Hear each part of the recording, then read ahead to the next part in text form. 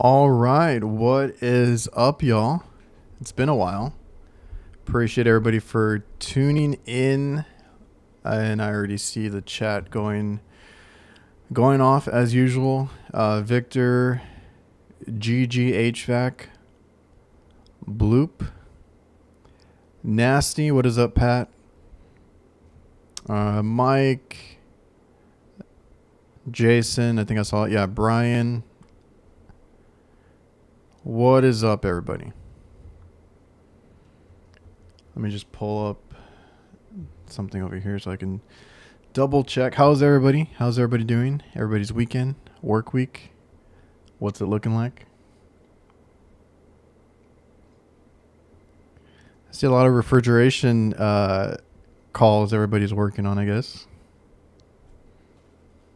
Let's see.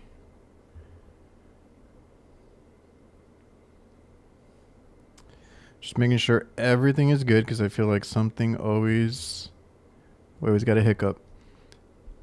What is up, Rudy? All right, I think we're all good. How is everybody doing? Not sure. I think I saw, hold on. 2 low boys frozen. Nice. Walk-ins all weekend. Yeah, I actually, somebody asked me, or I had a couple of comments that were like, is refrigeration really where it's at? And I will die on that hill that it is very much, if you want consistent work, refrigeration and hot side is where you need to be. Because everybody in here seems to be doing that. I know Mike and Brian are talking about it. And that's all we've been doing is a lot of walk-in. Actually, we got to finally do some installs last week, change-outs. But before that, it's a bunch of low boys, reach-in freezers, walk-in freezers, and then ice machines and ice cream machines now. We got back into that. So that's what's been keeping us busy. And it is, I don't know about you guys, it is mid 90 degree weather for a while here. We didn't get any cold weather this year. So it's been hot. Nothing crazy, and I think we caught up. So we haven't had like any like nothing like summer where it's like a whole bunch of AC calls. Like we've had AC calls sprinkled in, bad blower motors, a lot of duct issues, which is always funny to me. Like, and now that we have new guys trying to train them to look for these things, because it's so hard. See, I wish we had that. I wish we had 60s. That's what I was looking forward to. And we do have like cooler nights, but a couple of days ago it was like 80 at night. But like we do have cooler nights. We do have nice mornings and stuff like that. But it, midday and all that, it's like 88 at the lowest, and then like 95-ish and stuff. So it's hot. I will say in summer it's worse, right? Because it's constant sun, constant heat. Humidity is crazy, or like that. It's just that heat that gets to you. Right now, it's a lot of breezes, right? It's real windy right now. So it doesn't feel as hot as it says it is. Entirely, it's still hot, but it doesn't feel that bad when the wind's going. And then sometimes we get clouds. So, it works. It works out right now. It's not too bad. It's just there's no break this year from last summer or end of year fall to the spring. We're just gonna go. We're still going, still running hot weather and all that. Oh, tomorrow in the 40s, man. I need to double check. We get cold fronts every now and then, but they don't last. They just come in for overnight, quick in and out, and then it's hot again. Oh, that is right. It is the first of the month, and that means that Veto Pro Pac has their spring promo. Now, I think this goes up until the end of May. So if you guys, because a lot of people don't know, and I feel bad when I was seeing people buying Veto, but, you know, in all my videos, I tell you guys, wait till spring.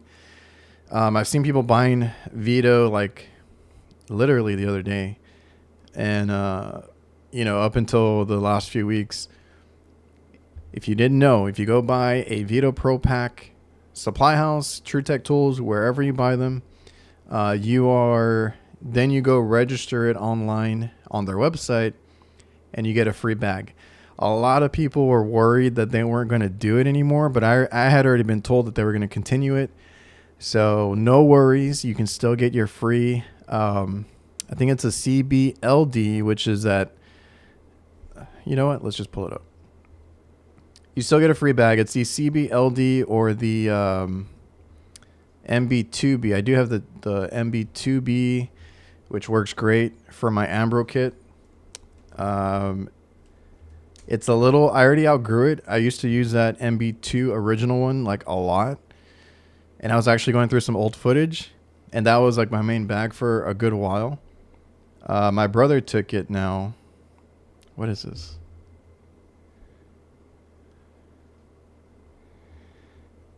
I don't like their website now.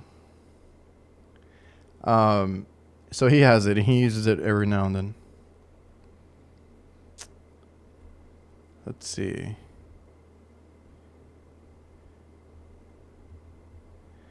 Check out our spring promo.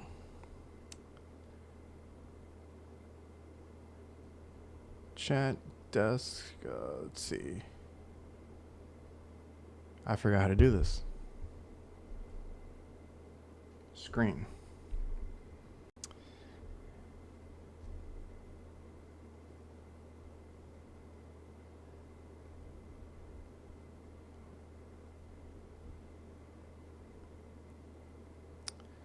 Safari. There we go. Let me refresh this. I don't know why it keeps trying to play this damn video. But yeah, if you go to their promotion, it's from March 1st to May 31st. And typically, if you buy any of their bags, but it, like the more you spend, oh my god, the more you spend, the first tier is going to be that bigger bag, the CBLD, which I think is pretty cool, but it's not a backpack. That was the only thing I was like, it's a really big bag to be carrying on a roof on a shoulder strap. And then if you buy any other smaller, cheaper sets, usually it's like anything under, I think, $200 or $150, something like that. Then you get the tier 2 bag, which is the MB2B. And that one, like I said, if you guys have been wanting a small bag with a little hard bottom base, you can have that now where it stands up on its own. I don't know what you guys think about the bags. Let me know. Let me get back over here. Oh, but what I was gonna say is the Evo system is supposed to be out in May, from what I understand, or by May. And typically, when they do stuff like that, you can buy it, and it's part of the promotion. It just won't be a part of it right now because it's not out yet. So once it comes around to May, if you guys are buying the Evo stuff, it should count. Don't quote me on that. That's what usually happens. Because I'm waiting for the Evo stuff.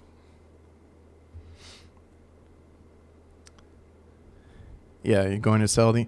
And you can do that too. You get it for free. It's a, I don't know, $80 or $95 bag. See who needs it. Give it away. Sell it. Whatever you want to do. It's the time to get them.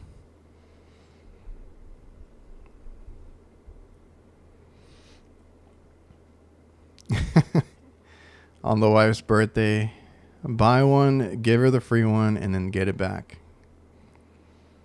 Stash a gift card in the bag. Yeah.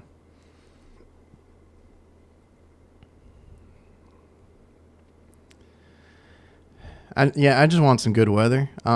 You know, we work in the sun and the heat all the time, and it's nice when you get a break. But and I feel you because you're talking about, because it's like 40, I think, we're like for you.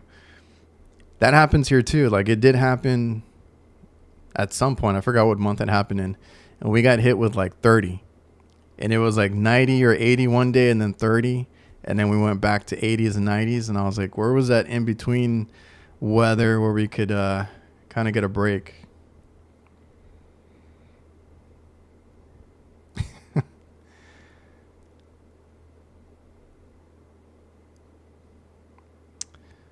Yeah, that's my concern, because we had a nice, decent summer last year. It wasn't like the year before. I think there was one that was really bad, and I hope that doesn't mean it's going to be warmer or hotter this summer. What is up, Jeff? Jeff's HVAC Adventures. New logo. I hadn't seen that. Nice. What was the promo there? That's another thing. If you guys can make it out to AHR, I don't know how many of them do it, but Veto does sell their bags at a discount. I've never done it. I know guys go just to do that too and pick up a bag or two, and they give you a nice little discount. I'm not sure what the discount is, but and they also have everything that is like, or that just came out.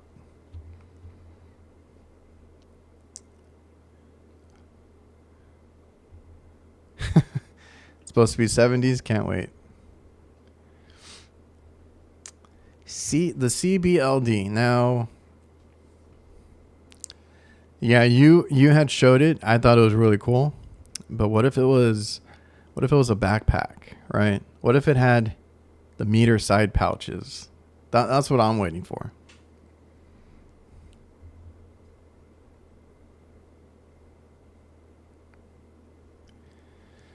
Let me see. I was going to go back up here.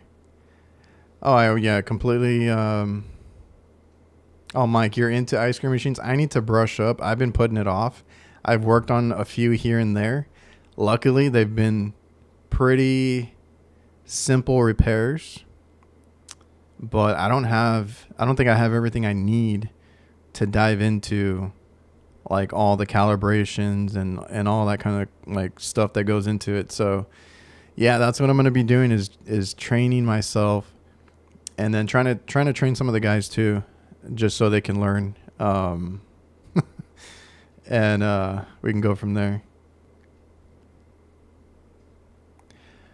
Shout out to the one thumbs down that just came through. Glad that you're watching.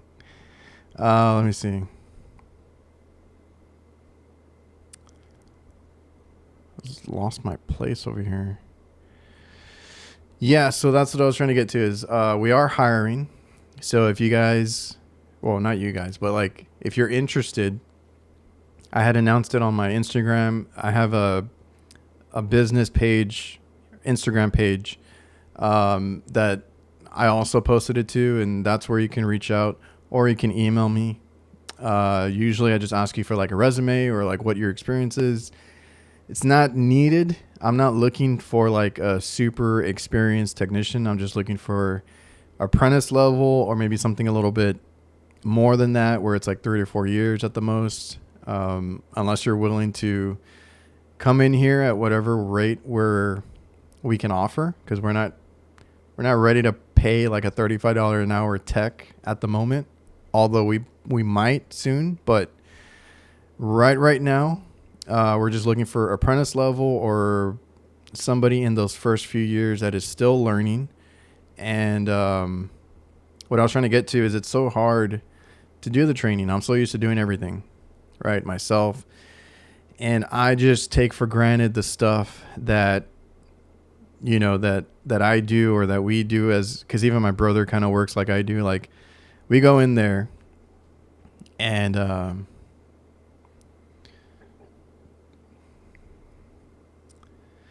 oh yeah, I meant to message him. I meant to message him to thank him for the videos that he does, because I started watching a few, and I'm definitely going to be binge watching all of his videos, because he posts like a lot or quite a bit, and they're helpful because they're little things, right? Like what does he check? how does he do this? How does he do that? So that's another little niche type of channel that I really appreciate, because not a lot of guys show that. So he is good for, which is the YouTube channel, Restaurant Repairs. He's good for ice cream machines because he works on the Stolting, the Electro Freeze a lot. And I'm sure he does other ones, but it's him for that. And then it's like that other one that I had on my podcast. And we have talked. I've talked to Joe because he wanted to do the podcast, but he had a grandkid on the way. We held off on it. I don't like to rush things, so told him we'll wait on that. And what was I gonna say? For ice machines, I really enjoy that channel, Ice Machine 411, because he goes through everything. If you ever need to know how to clean the system, certain brands, this and that, he works on everything. So those are the channels that are really cool, that niche into like certain areas. And I think he does hot food as well. And there is I'll have to look for that video on, I think he's on Instagram too, but on TikTok, it's something like Next Level Tech or something like that. And that's another one that I watch because he does a lot of little quick tip videos on odd end stuff. So it's always good to find those channels, and a lot of good information. But yeah, I'm having to show the guys what to look for, because the thing is, you can have experience and still not know everything, right? So I don't know everything. But I'm used to the customers that we have. So I'm used to certain types of restaurants, right? Certain types of fried chicken restaurants, certain types of pizza places, hospital kind of work.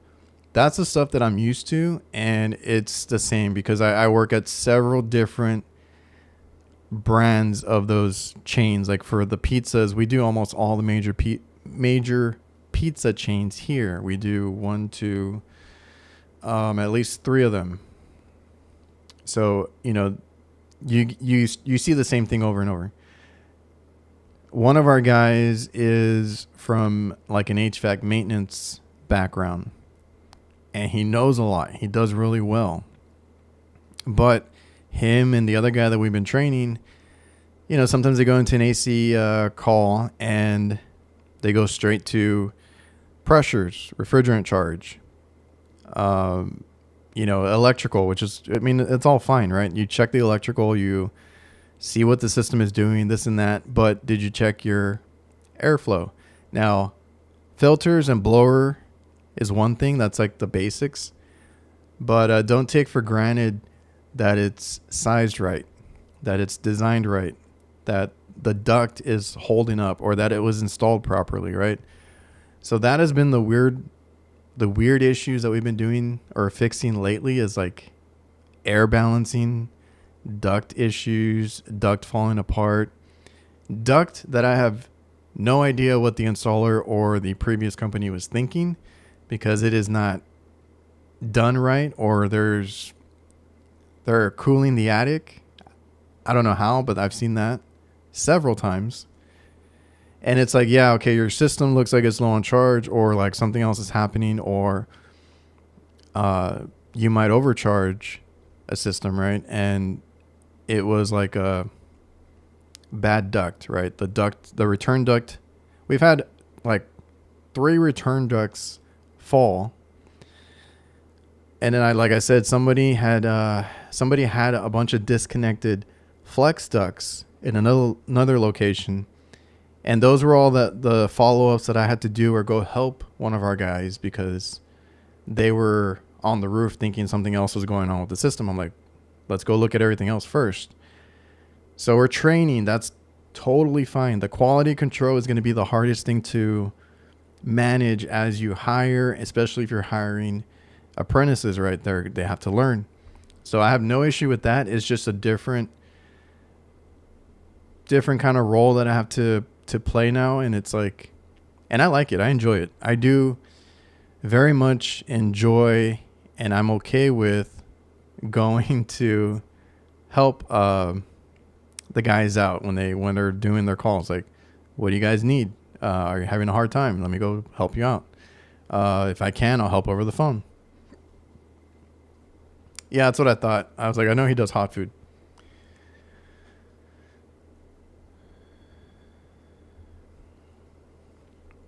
That's where he, I think, reached out to me, was on LinkedIn. So I don't use my LinkedIn that much, but if you need to reach me, that's a good place to reach me to.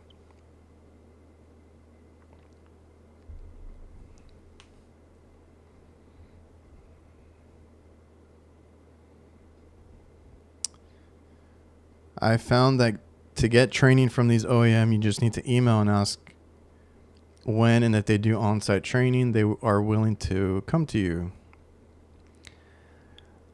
I'm actually looking into trying to get training like from Electro-Freeze and stuff like that. And I know that they do that stuff. I just don't know how it works. But yeah, I just haven't reached out. I need to.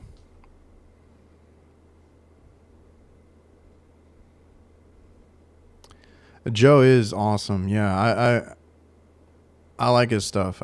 We've only briefly talked.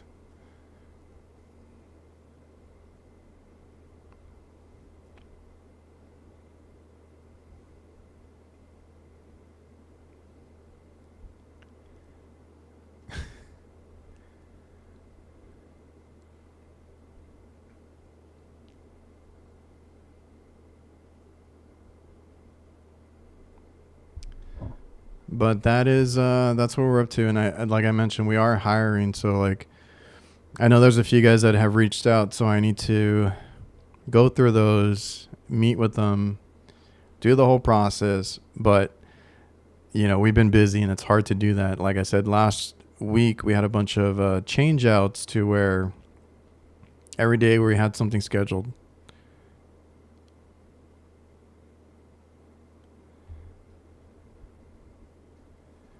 Yeah, I've never tried the tech support on some of these manufacturers that we're seeing now, so I don't know how that goes. But there was actually, you know what? I called Electro-Freeze, Mike, on that one that I showed you. So, oh no, not Electro-Freeze, Turbo Air. Sorry, I called Turbo Air on that, and they answered really quickly. I've never called Electro-Freeze. I've never called Stolting. I think I called Stolting, but that was like 10 years ago, something like that, when I used to see them. Maybe even longer, probably 15, 10, I don't know, 12 to 15 years ago. And I got help over the phone, but that was when I didn't know how to call tech support. And they were like, what is this? What is that? Like, what are your readings and stuff? And I didn't have anything. And they got pissed off at me on the phone and stuff like that. So that was, I'm pretty sure it was Stolting was the one that I had to learn from. Or was it, what's the other one? Taylor? One of those I had to deal with over the phone. And it's when I had started, so I didn't know how to deal with tech support. But like I said, I talked to Turbo Air, and I don't know. I've heard different things, because sometimes I do hear that tech support helps. I have yet to have much help from tech support. Tech support is great for somebody that's newer, because our guys call tech support and they are able to get like, where can I check this? What reading should I have here? Just things like that, right? Like resistant readings, something with electrical, and like kind of what it does or doesn't do. And it helps the young guys out. As an experienced technician, I feel like tech support helps more just conversating with somebody out loud, right? You're telling them, they're kind of telling you or asking you questions. It makes you think more. Every now and then, yeah, they might think of something that you didn't think of. But I have yet to have any tech support that has been super helpful. I think Heatcraft might have been the only one, because I didn't know the settings to the IntelliGen when we first started doing them, right? So that was super helpful, because I didn't know to check a certain setting. As far as like troubleshooting, like actual like refrigeration on a system, I've never had much luck. Oh yeah, Taylor's like Hobart. Yep, we used to deal with Hobart quite a bit. Yeah, so usually when I call tech support, it goes nowhere. But sometimes I have like a light bulb that goes off just from that conversation, and I can get through it. And I've been like that for a long time because I've worked on my own for forever. I worked with a refrigeration guy when I first started, but that didn't last but a couple years. So I've always had to learn a lot and do a lot on my own, and I just felt like tech support never helped. So yeah, I called Turbo Air, and again, it went nowhere. They didn't know anything, and I explained to them to a T what I was looking at, and I just saw another one. I did record a little bit, but I haven't gone back because it's working. So I don't want to.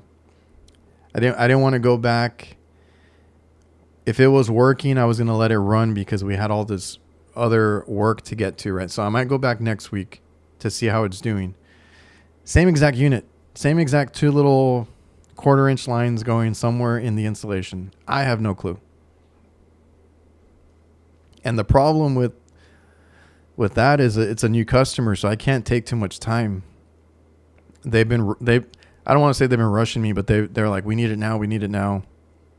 Can you please help us? And we're trying to make sure that we're good with them.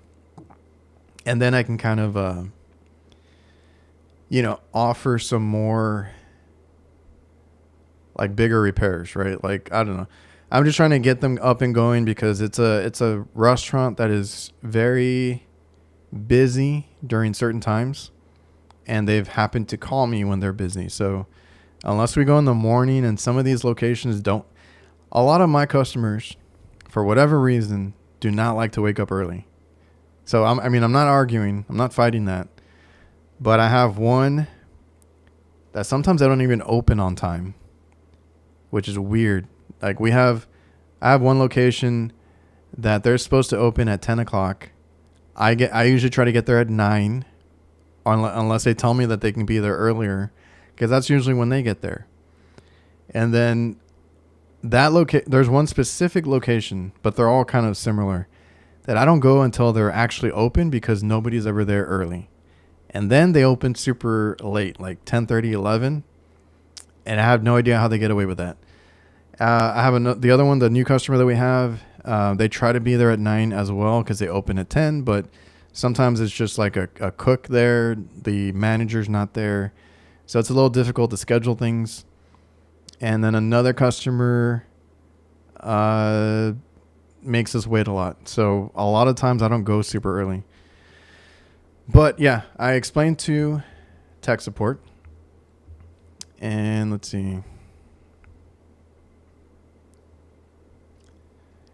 Explain to tech support that what they show on the manual online for electro-freeze, and maybe I can forgot where I had it pulled up. I mean, not electro-freeze, turbo air was not what I was seeing.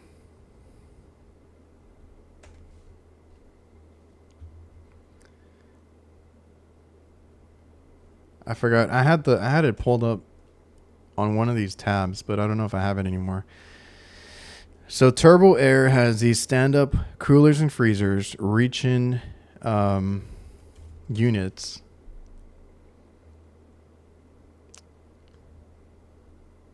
And the refrigeration cycle, I could follow it and everything. But there was these 2 lines that I had no idea where they went to. They went straight in the back because the condensing unit, the compressor, everything was on the bottom. If you look on the back, there's supposed to be a filter dryer right by the condenser going up into the evaporator inside. This one bypassed that, or not bypassed, but went straight out the condenser, and I think it went to those 2 little lines, and then it came out, and then it went through a dryer. And then it went through a cap tube that went up. So beats me, Mike. I don't know. Tech support was adamant that was not supposed to be there. They didn't know anything about it. And they never heard that. And I was like, I'm looking dead at it right now. And basically, I'm pretty sure I had already said this, but basically I was like, if you're saying that it's not supposed to be here, you're giving me the okay to cut it out and bypass it, which is what I did, and we got it working. Have no clue.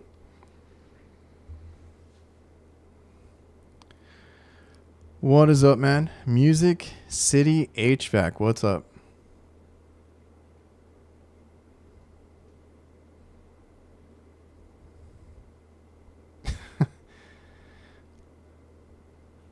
Oh, I see the question. Hold on. Working on bigger stuff, you won't need to do residential on the side except your own shit, and you won't even want to work on your own stuff. So that is true. If you're a commercial tech, residential techs are the ones that want to do side work.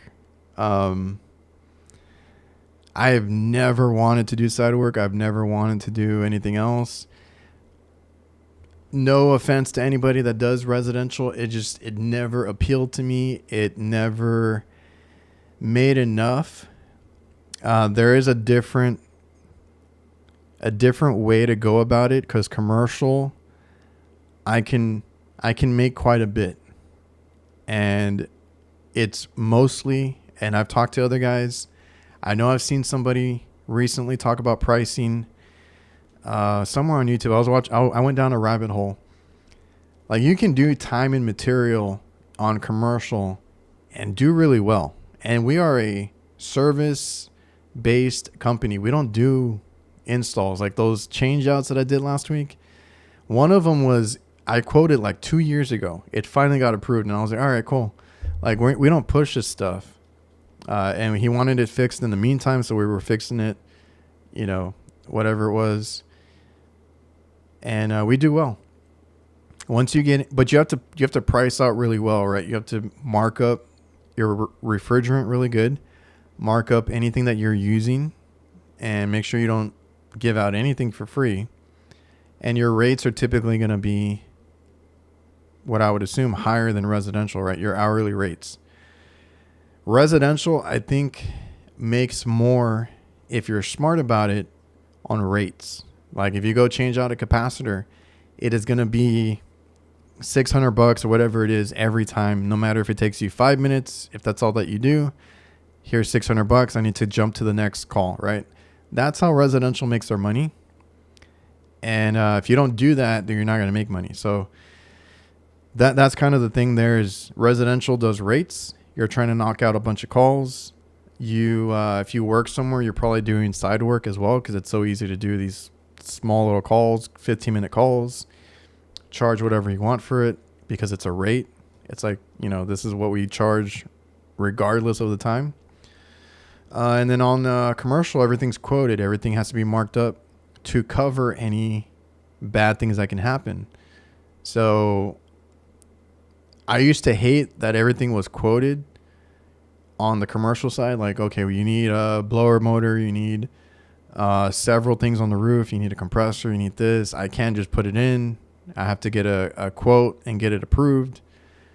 And I used to hate it, but then you realize you make more like that, because typically on some of these bigger jobs, right, compressors and change outs and stuff, you're charging like minimum like a 5 hour, 6 hour quote, when it might take you 2.5 hours, right? Something like that.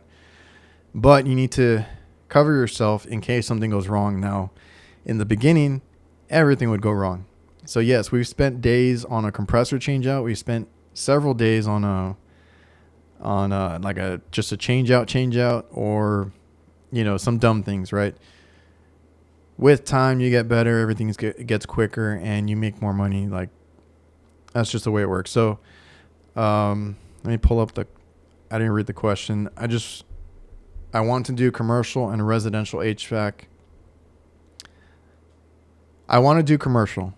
Residential HVAC, that'll help me do side jobs and work for myself, not big stuff, because I'm lazy and I just don't like it. It depends on what you think big stuff is. I do it's considered light commercial.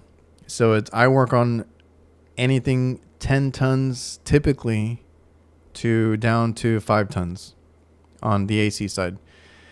Commercial refrigeration, it's a lot of walk-in boxes, and they're small, like 10 by 10 boxes, right? Nothing crazy. I don't think I've worked on a big walk-in in a long time. Not since we used to do like school districts. And, that's considered light, but it's really nice to work on that stuff. Like everything's there on the roof, easy to find leaks, easy to find the line sets. Typically it's a part like a contactor, thermostat, defrost timer. If you got a leak, you can patch it. Like it's really easy work. What I would consider light commercial work. And I don't know. I just don't see side jobs never appeal to me. And I used to have family because everybody always finds out that you do HVAC and they're like, hey, can you come check my AC? I never liked doing that. I would try and pass it off to like a coworker or, my uncle used to work for us. Like he would do that stuff. A lot of the restaurant owners and managers would want you to work on their house. I was like, I'm good. So we had some of our guys that would go and do the side work. We wouldn't take any cut of that. We were okay with it. It was residential. It wasn't going to hurt us. If they used anything from the van, just replenish it or put it back. Or if you're charging for like refrigerant from the van, then we need to be paid for that amount that you charge, or like whatever would work, right? Just I never wanted to do it. So supermarket rack. See, that's what I mean. Like it depends on what you want to do. So you asked about supermarket as well. I will do small stuff like Sprouts called a few weeks ago. I don't think they're going to use us, but we went out there. That kind of stuff I can work on where it's very, very small, like local supermarkets, right? Or like our small size. Once you get into Walmart, H-E-B might not be as bad, but like, those kinds of supermarkets, we have Costco that is calling. I just haven't gotten back to them because they need a lot of paperwork. That's where it gets a little scary because, and I'm mostly thinking about Walmart, but you got all that equipment. Now, if you work somewhere, then it's fine that they teach you, you do the work. There's going to be a lot of overtime. There's going to be a lot of weekend calls. There's a lot of 24/7 with supermarket. And then when you're working, I've been shopping when I see guys working on these things, right? They got to work around a busy, full store where people are just shopping, right? So it's not something I wanted to do. And as a business owner, if I advertise that I do that and I take that on, that's a lot of responsibility with product that can go bad. You're talking about like millions of dollars at that point. The insurance on that, I'm sure, is crazy. To me, it's not worth it. Not unless you're a huge company and you do it, or you just work for a big company and they put you to do it. I would say it's good to learn. Chiller work, all that kind of stuff, I am staying away from. I love doing light commercial.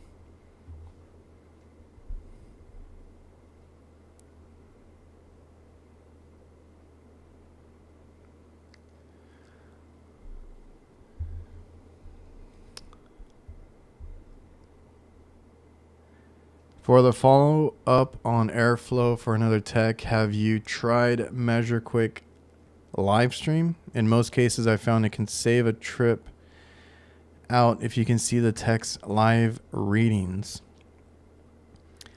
Is this a paid subscription? I just started using Measure Quick again. I don't know all their features. Typically,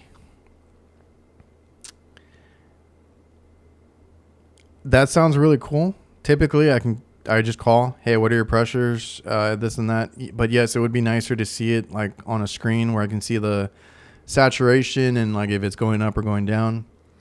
But typically I just go on the phone and just ask for that information. And I would also like to know if that's a paid thing, because I don't pay for, I use Measure Quick. I just don't pay for the subscription. Let's see. I pulled it up. You get unlimited screenshots now with the free one.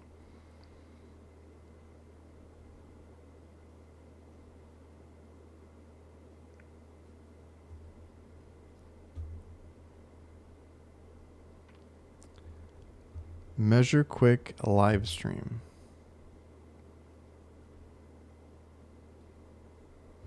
I don't think I've heard of that. I don't see it on here.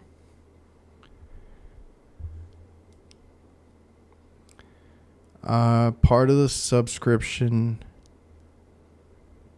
in under a minute instead of questions over the phone. There's another one that I wanted to try. It's like a FaceTime type of deal. There's a couple of companies that do it. I don't know. I'm still old school. Just I talk to them. If I can, I like to stop by. I know it's going to get a little bit harder now that we hire more people, but yeah, I can see where that's beneficial. I just think we have to get with technology and see how it can benefit us, especially as a business owner or like a senior tech that kind of helps a lot of the guys out. Of course, something like that is really cool. And yes, I know people complain about the Measure Quick pricing and all that, but like you shouldn't be, as a technician, you shouldn't be buying that. That should be like the company providing that for you. So hopefully, that's how they do it. But yeah, I mean, it sounds cool. If only it could connect to analog.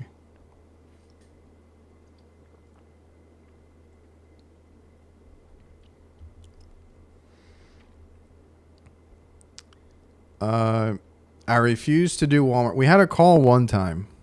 I don't remember what happened. I think they wanted us to do work, and I was just like, at that point, I was already like, I don't want to get into that kind of stuff. It was a little bit scary at the time. I refused to do Walmart. All they want to do is send vendors after hour calls. I had another customer that we had to drop because we started noticing that. I was like, dude, you only give us the late night calls. You only give us like these really, nothing during the day, nothing during normal hours and stuff like that. And I noticed they were calling somebody else that was super cheap, but maybe they wouldn't answer or they closed or I don't know what, but we would end up being the overtime people. And I was like, and I think that was before we started really charging like a hard overtime fee, which once we initiated that stopped from everybody. So and it's just a competition you have to deal with, right? Like there's so many companies out here, so many that are like HVAC specifically that will be half the price. They won't charge overtime. They're 24/7. And it's like, dude, come on. Like I can't, I'm not going to do that. Yeah, we were doing like time and a half or like 1.5 times.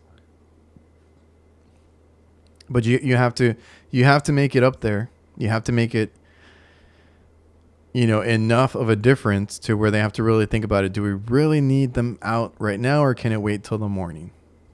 Which like if it's an AC call, usually they can wait. If it's a walk-in cooler, most of the times they have 2 with the restaurants that I work at. So they can move some stuff over. The only time is when it's a freezer, I have to go out there. Or one of us has to go out there.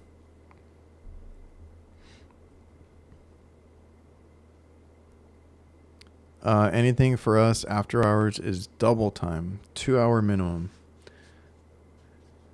With the way prices are right now, we might have to... Well, I just raised my prices. We might have to charge a little more for overtime, but we don't do a lot of overtime. Like when we started charging extra for overtime, because like I said, we were not charging for that. It calmed down pretty well. Like it did pretty well. So I don't have to do too much. We don't work that much on the weekends anymore, unless it's like I said, it's a freezer. So thankfully, But double time is insanely expensive for our customers. It's like $3,600 for us to show up, 4 hour minimum for industrial.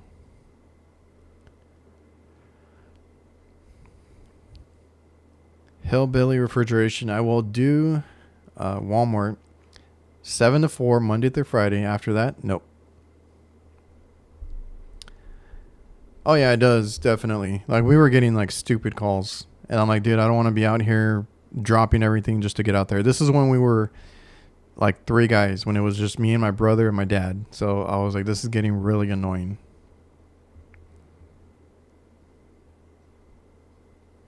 We are 4 hour minimum, 1.5 Monday through Friday, and double time on Saturday and Sunday.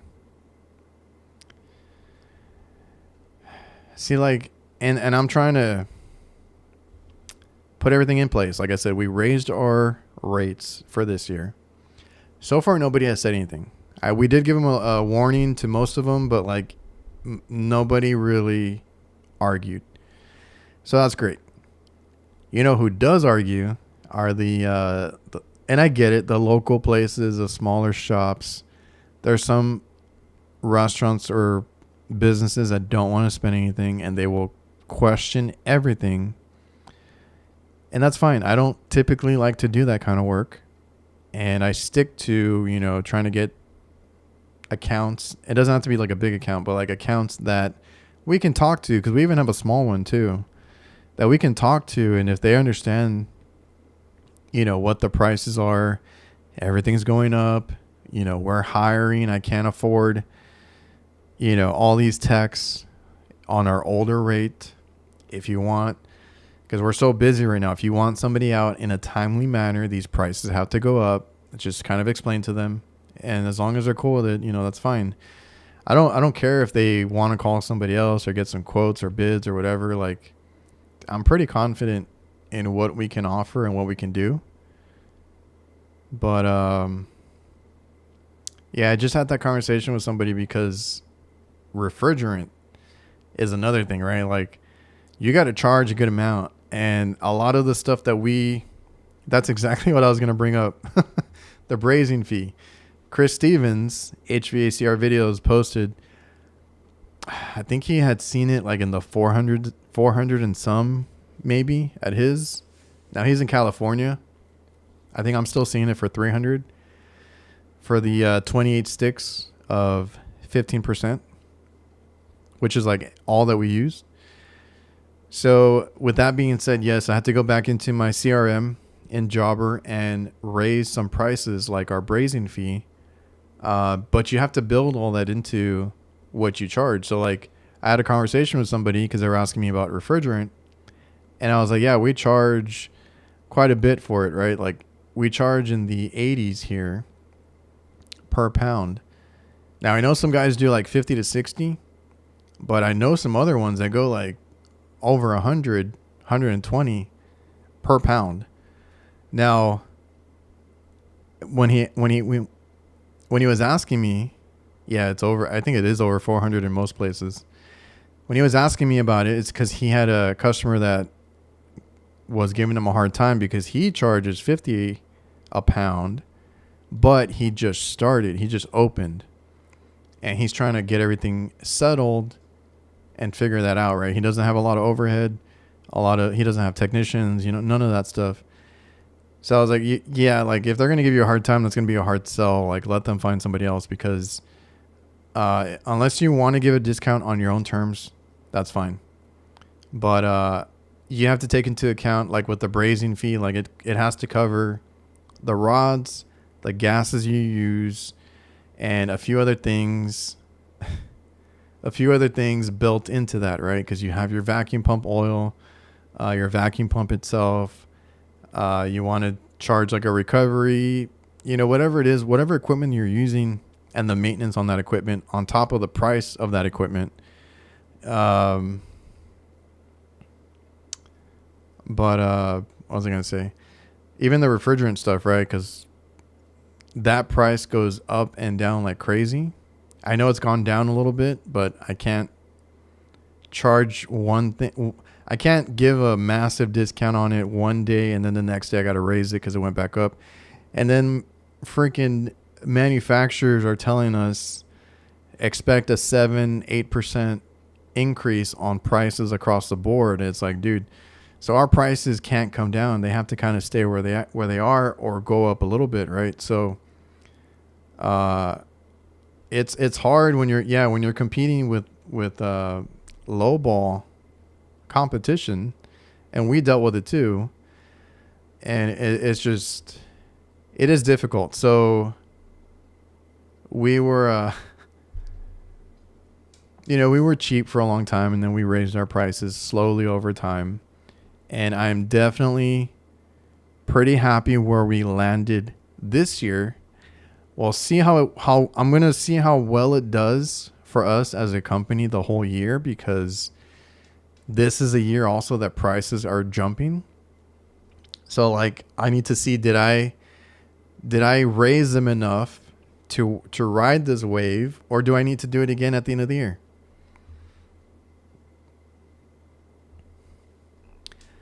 Yeah. And that's what I was trying to tell this guy. I was like, you have to keep it there, right? Now they tried charging us, I don't know what it was, like 500 plus a tank, and the tank was smaller, like a 24-pound tank. And then R22, I ended up just not even buying it when it went to like $1,000. 454B went up to that route too, that kind of price. And you never know, because just because it's the new refrigerant, it's this, that's what everything is now, and it should be readily available. We had a lot of issues with the R54B, right? So that price was through the roof, and technically you wouldn't really need much of it because AC equipment is pre-charged, right? You wouldn't need much of it, maybe just to run a longer line set, whatever it is, or you had a leak or whatever it was. So it wasn't that bad, but then you got to tell your customer, like, if something happens, this is the price tag, right? And then if the price goes down, you still kind of have to keep that just in case something goes up. You have, like I said earlier, you have overhead, your vacuum, your other things that you use. Nothing can go not charged. Like, you have to charge down to the wire nut and screws that you use, right?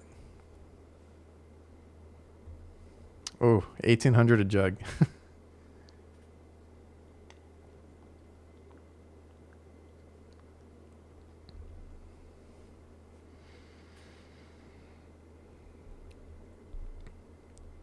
Finding a decent company is to work full time is crazy hard. They either want 5-year experience or they pay 15 to 20 an hour. Scared to stick with it, but I love it. Depends on your experience. So like our apprentices are going to fall under $20 because they don't know anything. If you're like a 5-year tech, especially in today's world, I feel like you can find really good techs that are in that 5-year range, right? Maybe even 3-4 years. That's when you might have to go over that amount. But I also live in a very low income area. So it is extremely cheap to live here. Gas is damn near $2 a gallon. So with that into consideration, that's why we keep it under 20 for apprentices. But I always tell them, you have really good potential to surpass that really quickly if you're performing well, right? You're doing work, you're helping out, you're grasping everything that we're doing, the tools, the steps, all this kind of stuff. And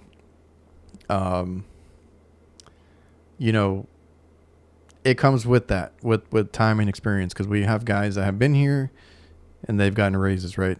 They get to where they need or they want to be, It also just depends on the area that you're in.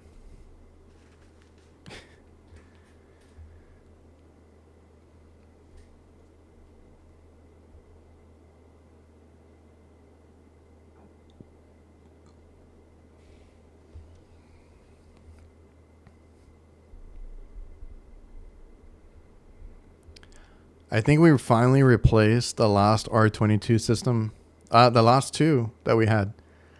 The change out that I had last week, they were for two R22 systems. One was a semi-hermetic, very old walk-in cooler. Somebody replaced the evaporator coil without replacing the condenser. And now we had a ton of leaks in the condenser. And I was like, you might want to change both, but they only wanted to do the condenser. So we did the condenser. Oh, no, we did both. I offered both, and they did both.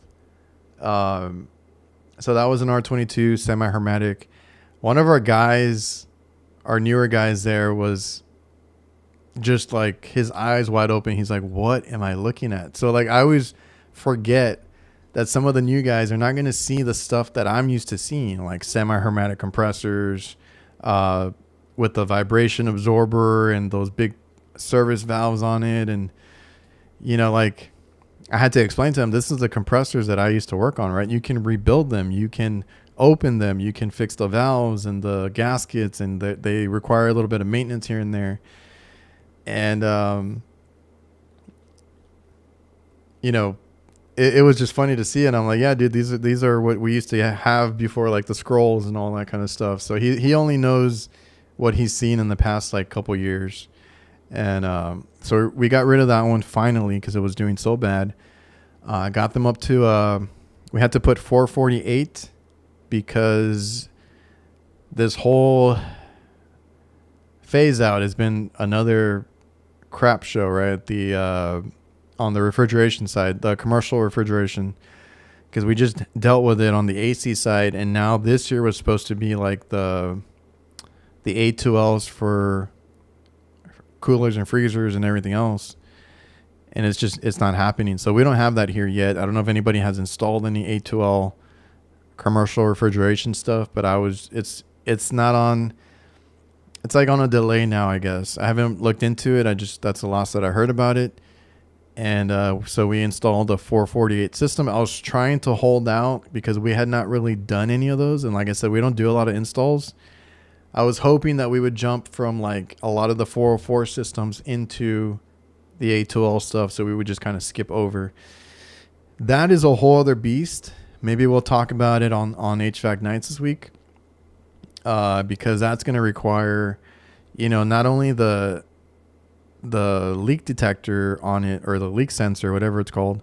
It's also going to require like shut off valves and a whole bunch of other things that you need to make sure that you install on these newer A2Ls, the 454, I think it's C, and 454A is what I was told. And then the second one we did that week was another R22. But it was one of those center mounted with the fans on the bottom. Super heavy freaking thing. I'm glad that we have help now. And that one also was a 448 change out. We weren't using 448 because we were trying to skip that to go to the next one. But here we are. 1989 semi-hermetic. I used to work on them all the time. Even the hospital that we had, they had a bunch of semi-hermetics for the walk-ins. And I remember taking them apart and fixing changing the gaskets and checking the valves. And I had one, I don't even remember how we got it up to the roof because we didn't have a crane for that one. I had one that we took off. Now they're easy to install because they're just bolted on. There's no soldering you have to do if you're just changing a compressor out on a semi-hermetic, because those two service valves on the side, they're just bolted on. You take them off, clean them up, change the gaskets, put the new compressor in, bolt it back on. we did one, and this was, again, 10, 12 years ago. I don't know. It was a while back. And the new one, and I called and I tried to get tech support. I tried to talk to somebody. It would just overamp, turn off, overamp, turn off. I was like, dude, like, we waited in, we replaced it. I know I did everything right. I've done it before. And we just had a defective compressor, which I don't know at that time, I didn't know too much and I didn't know what to ask. I was just like, it's overamping. It won't start. Took it back, got another one, or they rebuild them, right? So I took it back, got another one, sent out or picked up or whatever, put it in, and it worked fine. Like, there was no issue whatsoever. So I don't know what happened to that previous one. I just don't remember how we got it up there, because those things were not super light.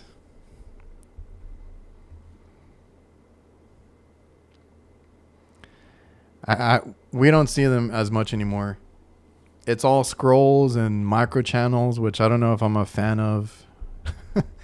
My brother just noticed one of the newer ones that we have at the hospital is already leaking. There's a big oil stain on the condenser, and it's in the grass area because they have them on the floor. So I'm pretty sure one of the lawn guys picked up a rock or something and it nicked it. So we'll see when they call it in. I'm going to let them know that we see a stain and we need to keep an eye on it, because they're going to want to know ahead of time if it's going to need repairs.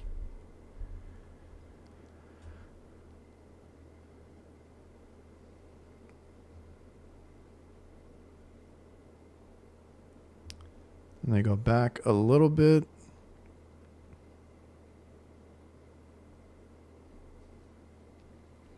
I changed my price. Depends on how heavy the job or what level of skills. Jesse, love watching your content, switching careers from tech and sales.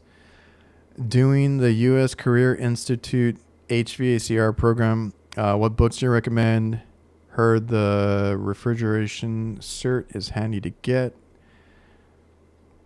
I don't know if anybody... I don't think there was any recommendations. Modern Refrigeration and Air Conditioning is a good textbook. And Commercial Refrigeration for AC Techs, or Air Conditioning Techs. Two that I always enjoyed. Two that everybody recommends and that I recommend as well. I think that's it. Those are the main ones.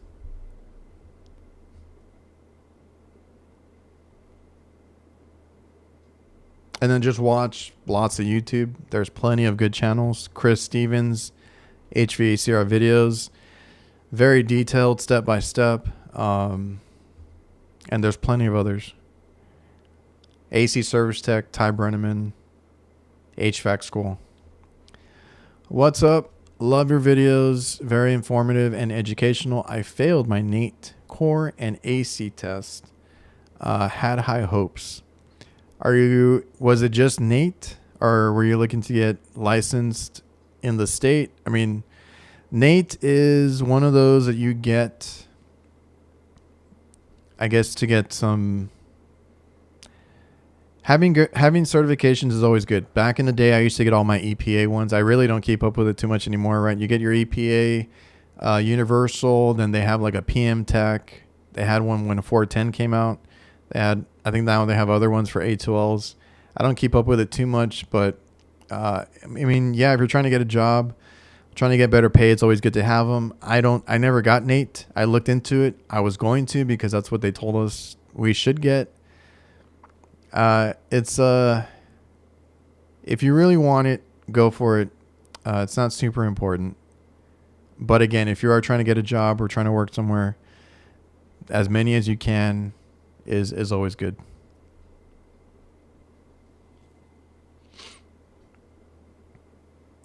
Same here. Start early, end early, enjoy your evening. Yep.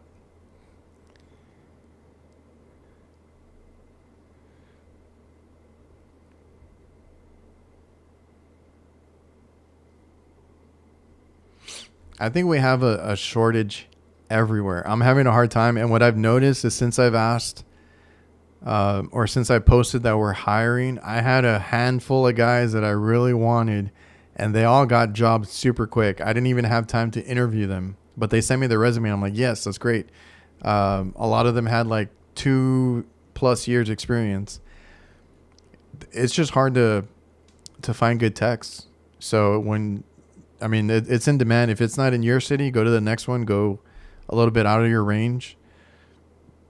But we even have a lot of demand here, which is why I'm hiring, because they're asking us to do these other cities that we don't usually do. And the only way I can do that is if I have enough guys to where some of them are on that side, some of us are on this side, and I'm not panicking when everybody's out of town, right? So that's why we're hiring, is because of the not only the amount of jobs and calls that we get, but also the locations. Like, there's a lot of money that we're trying to tap into by expanding. And I tried. There was a few that I was like, yeah, as long as you're cool, we meet up, everything goes well, then I'll hire you. And like I said, there was like 4 or 5 of them that just immediately they're like, sorry, had a job come up, took it. They couldn't wait for us to talk, right? So it's hard to find good help. And I'm even trying to just find help that I can train, right? But they're taking they're taking them up. Let's see. Luck is also, yeah. Year 1 making $38 an hour. That's crazy. The area I'm in is $18 an hour at fast food places. It's a struggle. See, this is the only issue, right? And I've talked about it before. We cannot, especially a small business. Now, if it's a big business, they're just looking for cheap labor to take advantage of. But like as a small business, we cannot compete with fast food pay, which is weird, but that's the truth. We cannot compete with, if McDonald's is hiring you for $20 an hour and you're 18 years old, or you're super young and no experience. I cannot compete with that. I'm going to start you like at 16, 17. I can't do 20, 25, whatever they're offering. I've seen some crazy prices like at Buc-ee's too. Like we have a few of those up north. But do you want to invest in a career and take maybe a little bit less because you got to earn it? Or do you want to take the higher pay? And I mean, you could very well be a branch manager or whatever it is at a fast food place. But that there's a ceiling there, right? Like in the trades, you could work and jump around and get $38 an hour, get 50. I know a guy on Instagram that jumps around because he is so smart. He does supermarket. He does a little bit of engineering. He does a lot of stuff that he just learned on his own. He is not anything crazy, right? I've seen this guy when he was like basically homeless, and now he's getting job offers every other week. And I think he was turning down $90 an hour jobs because of the location, right? He's like, well, I want to live in this state, maybe not this one. I'll take the $75 an hour, not the $90 an hour. Like, and they bonus pays and like all this crazy stuff. So you can do all that in this trade, or you can own a business, get your free time, have other people do the work for you. There's many different ways that you can be successful in a trade in HVAC. Whereas, at a restaurant, you're going to get a higher pay in the beginning. And I used to work at a grocery store, and I made a decent pay, and that was like 20 years ago. I never got much raises. I didn't really get any raises because they kept saying I wasn't doing enough. So like, that's what pissed me off about that. So yeah, you make a little bit less, but you make a career out of it. You can do whatever you want. You can jump around, or you can own a business, run your own thing. And these are skills that cannot be taken away. Like if you leave McDonald's or whatever it is, even if you go to Burger King or, another fast food place, they might not do things the same way, right? You might have an understanding of how a restaurant works, to manage it, to do whatever, but you got to learn stuff again. You got to get trained again. HVAC, it's a skill that you learn. You take it with you. It cannot be taken away from you, and you can build on it. So that I've had that conversation before. It is so hard because some of these places raised their rates for like younger kids, and you can do that for a little while, maybe save some money. You live at home, you have a cheap apartment, whatever it is, and then like get into a trade, right? When you have a little bit of a savings or something like that. And I mean, there's a lot of perks, right? You get you learn a skill, you get a van, you get you don't have to drive to work every day. You get a service van. Like there's different things. Cheeto 2208, been loving your videos. I've been working in the field the past 5 months and just started school to fill in the gaps, and your videos have helped me so much with diagnosing. I appreciate that. I am doing some videos this week that are a little bit different, but it made me realize that I've been doing this 5 years now online. I've been an HVAC tech almost 20 years. I've been online posting for 5 years. And man, if you guys have been here since the beginning, like those videos were rough, but thank you for the feedback. That's always what helps to keep me, or so that I keep posting, is to get good feedback, right? Because I don't know if it's helping or not. I kind of do my thing, and I'm hoping that it helps somebody. I do want to do better videos going forward. That is kind of my goal this year, right? Be a little more, explain a little bit more, do more with the podcast, and just help, where I can in any aspect of it. If you guys are getting into the field, you've been in the field, or if you guys are doing content, even that kind of, I like talking about that kind of stuff too. So whatever I can to help you guys out. Much appreciated though.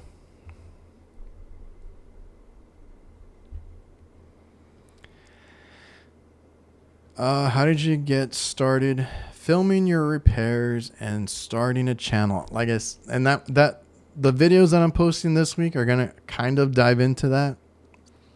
Not that I'm not busy. I have calls. I have a lot of footage that I need to get edited and put out, but been talking a lot about, especially with AHR, a lot of content stuff. So I will talk about that in the videos this week. But basically, it was during COVID. There was not much to do. I think we had a little bit of a downtime with the amount of work that we had. Not only because of COVID, but because of we needed to find work a little bit.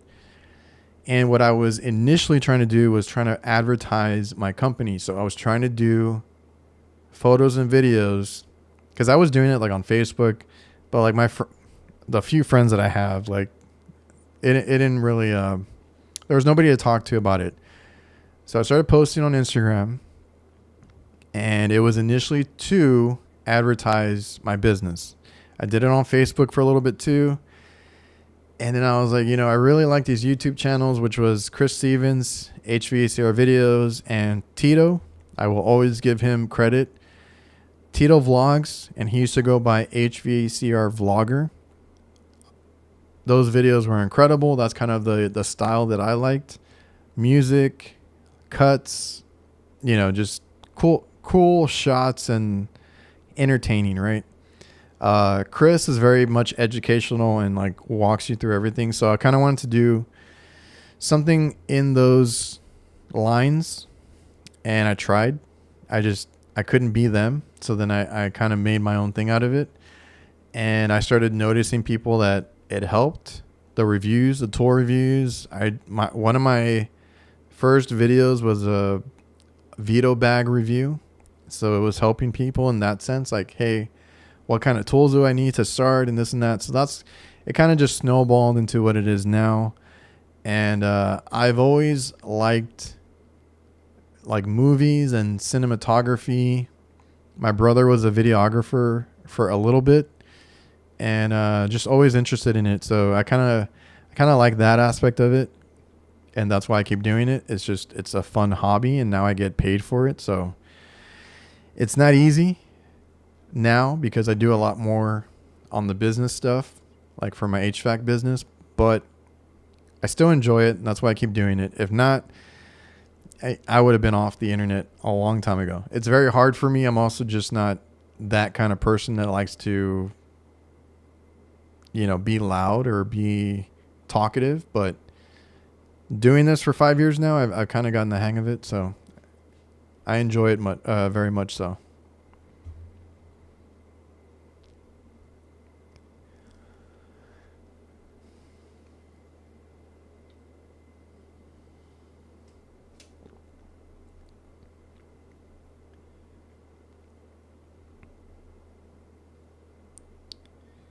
Let's see.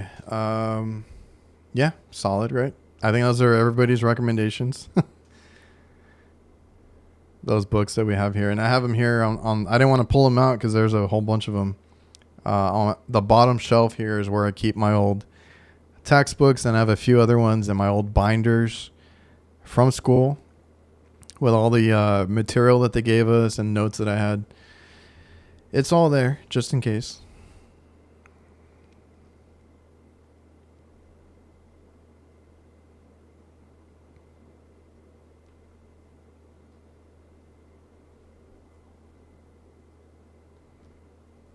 With some experience, it's going to be starting at 20 to 25.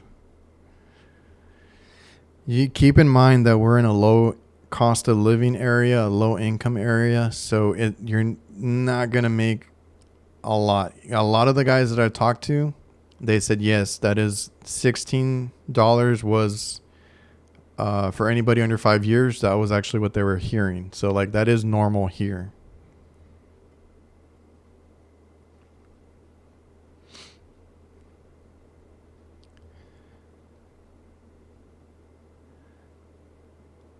You get paid what you are worth to your employer. You need to learn yourself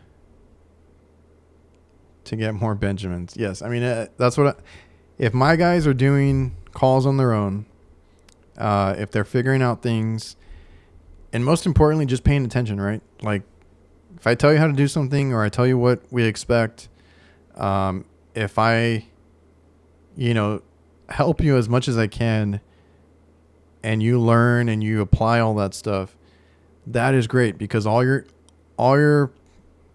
I want them to do is to be able to run calls, bill, invoice, so that I don't have to be at every call. And in our installs, I used to do everything. I used to do the brazing, the wiring, the lifting, figuring out things, all the electrical that we had to run. I used to do everything. I used to touch everything.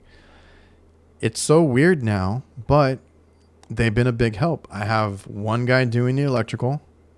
They all help me remove and install the old stuff, so I don't have to be there. Just me and my brother trying to lift everything. So they help us with the lifting, and then we kind of branch out. One guy does the electrical on the bottom, another one does the top, and then usually I will still go in there to braze, but sometimes they offer, hey, can we braze? And I just kind of like watch them and make sure to kind of coach them through it, because we have some weird line sets sometimes and bends that we have to make, and they're not there yet. But that's all I expect is like, can you do stuff? Can you get these change outs? Like if we're all there, can we get it done quicker? And then once you do what you're supposed to do, right? If you're running the electrical and you finish, go run a call, right? Go take a lunch, run a call, run some calls in the afternoon. And I'll kind of finish the commission, the startup. And that's great. That's what's been beneficial. So yeah, the guys are in line for raises as we see, performance going up. No callbacks. If they have any issues, call me. We'll figure it out. I'll take over. as long as we don't have, like I said, callbacks or issues with the customer and everybody's happy, things are getting fixed, scheduled, and we're getting paid, because technically you hire because you need more guys to finish more calls, then yeah, we're doing well and you can make more. And what I like to do, not all companies do it, is we try to provide them as much as we can. I give them tool bags. I give them all the equipment, obviously vacuum pumps, but I give them like the scale, the pump, tube expanders, like everything that I would want to use, our guys have.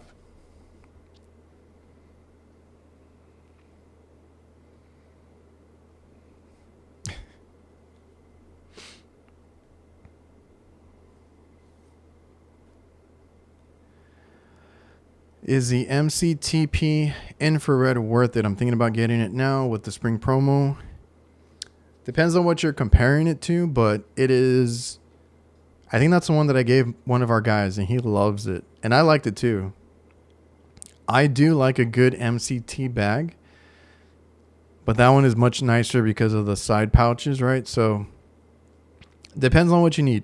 If you need a double-sided bag that you can kind of carry and set down and work out of, it's perfect, right? I have a backpack, Tech Pack MC, and it's double-sided. It does the same thing, but it's a backpack, so I always have to remove the straps to get to the other side, so that kind of sucks.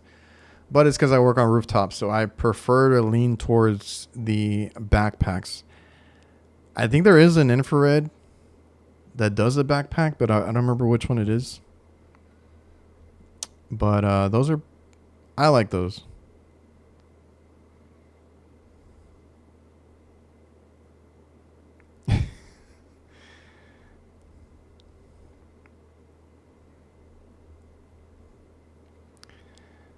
Life changed when we got a CO2 lift for installs. Game changer. Well, I hired a bunch of people to just lift. We bought a Genie lift a few years ago, and that was a game changer for us, trying to get just things up on these smaller roofs, right, where you can't really do a crane. If you can get it in the building, we can use it for other things too. We've used it for ice machines and stuff. So yeah, when you can get the right equipment, it makes the job so much easier.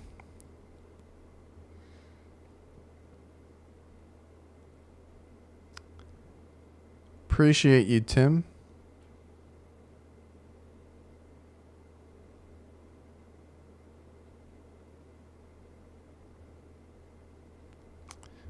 The best, those are the two that I'm using right now. I need to find, I have a Hillmore one that I want to try out. The Fieldpiece VC2G and the Appion are the valve core tools. Still the ones that I use right now. I'm trying out a Hillmore that I want to see if it's any good. And what was the other one? I'm looking at the CPS products.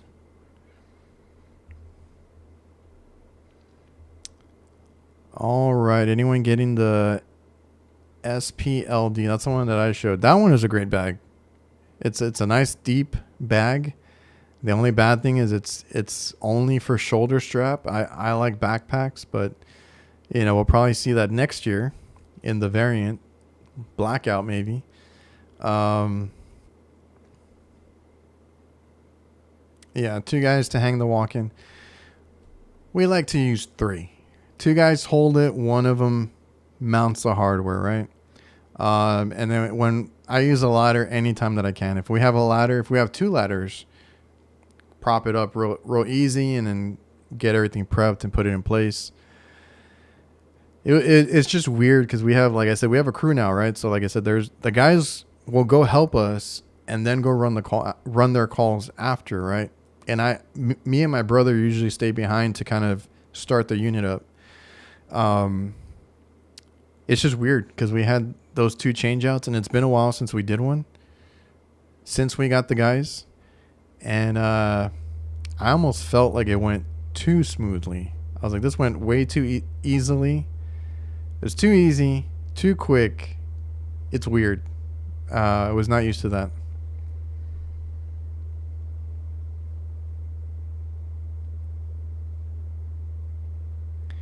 I've heard mixed things, but I think the newer ones might be better. Or I'm not sure. I never used one. I know I've seen them, and now they're like blacked out. I don't know if that's like if it's the same exact thing or not. I've seen the blacked out version, and now they got that tri-port version or whatever. I did like a little podcast at the AHR Expo, and Robert showed it to me, and I interviewed Robert because he invented that one. At some point within the next month, I'll have that coming out very soon.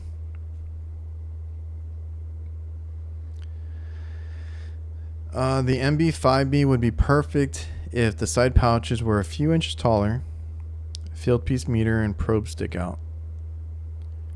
They always do. They never make them big enough. I don't even think for the middle, the 481, I would have issues as well. But it's because you gotta wait for the damn Evo. The Evo is the only one that offers a meter pouch that can hold any meter now.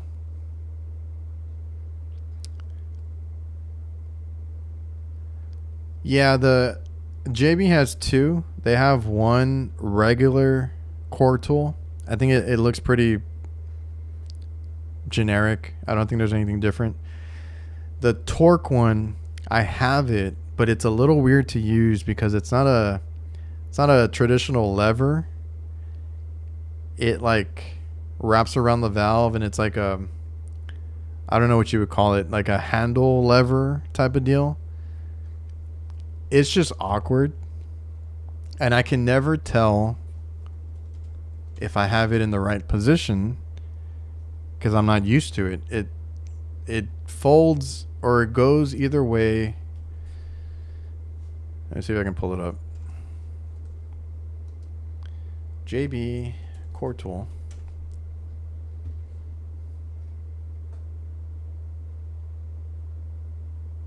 I just don't like the lever on it, so I don't use it. And it did get stuck in a couple of condensers. Like it wasn't easy to open and close. I think it's this one.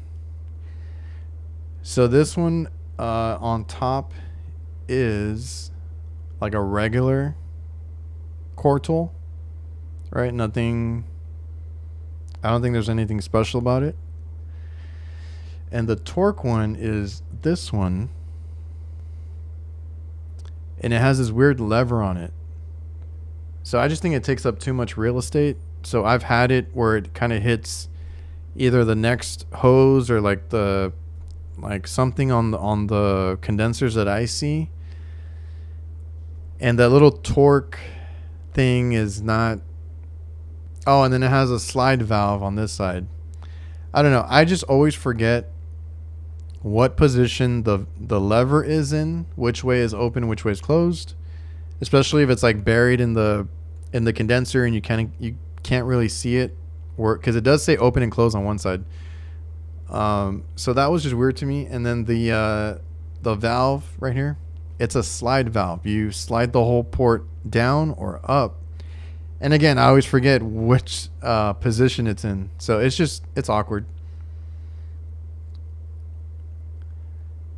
And then what I would prefer to use is something traditional. And then I use this tool right here. It's just a screwdriver that can torque the Schraders. That's the way I do it. I don't know if let's see.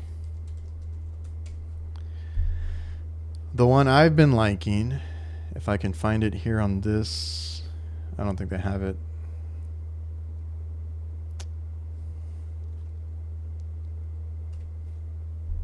I like the CPS one because it can hold.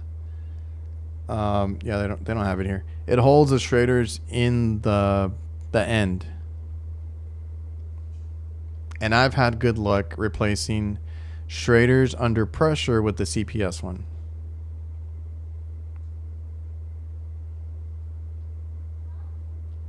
Let's see. That's the one I have. It's okay. The newer Hvac one. I would like to try their new stuff. For a while, I just heard bad things, but I think their newer products that are looking, or I've heard better things, which are like the Hvac ones. I use a field piece sight glass so I can see if I got the dang valve out. I hate going in blind now. That's why I still use them, because it is cool, and I prefer, because the issue I have with the knob or the lever on the JB, I wish more people would do, or more brands would do what Field Piece does with the little knobs. That's my favorite thing about the Field Piece ones, and that's why I use theirs. I have a couple of theirs, so like I prefer those little knobs because they're not. You can always get to them no matter what. Sometimes just the equipment that I see, the levers will hit something, and you got to turn the valve a little bit more to kind of fully open it or fully close it.